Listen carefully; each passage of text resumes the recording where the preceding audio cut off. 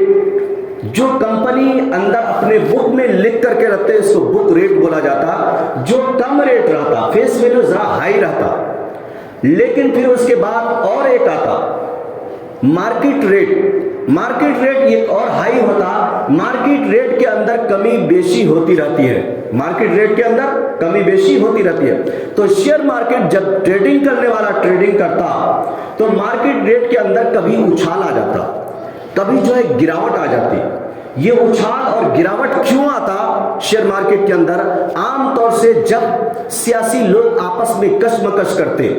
تو اس کی وجہ سے کبھی اچھال آتا اور کبھی گراوٹ میں چلی جاتی، شیئر کی ریٹ کبھی بڑھتا چلا جاتا اور کبھی گھٹ جاتا۔ اسی طرح اقتصادی حالات، بڑے بڑے انویسٹمنٹ جو ہے ابھی نہیں انویسٹمنٹ کیے تو ان کی جو ہے شیئر کی ریٹ جو ہے گرتی چلی جاتی۔ اسی طرح سٹہ بازاری، بہت زیادہ سٹہ بازاری ہونا شروع ہوا، ابھی کیونکہ جو بھی اس کا جو ہے مینیجر رہتا وہ کہتا اس کا ریٹ بڑھنے والا ہے، اب تم لوگ جو ہے سٹہ کھیلو اس پر، تو کمپیوٹر جو ہے آن لائن اس پر سٹہ بازاری ہوتی، کوئی بولتا میں اتنے لاکھ روپے دیتا ہوں، اگر یہ اچھال آیا تو ہم کو اتنا ملنا چاہیے۔ تو اس طرح بہت سے لوگ اس سٹہ بازاری میں آتا،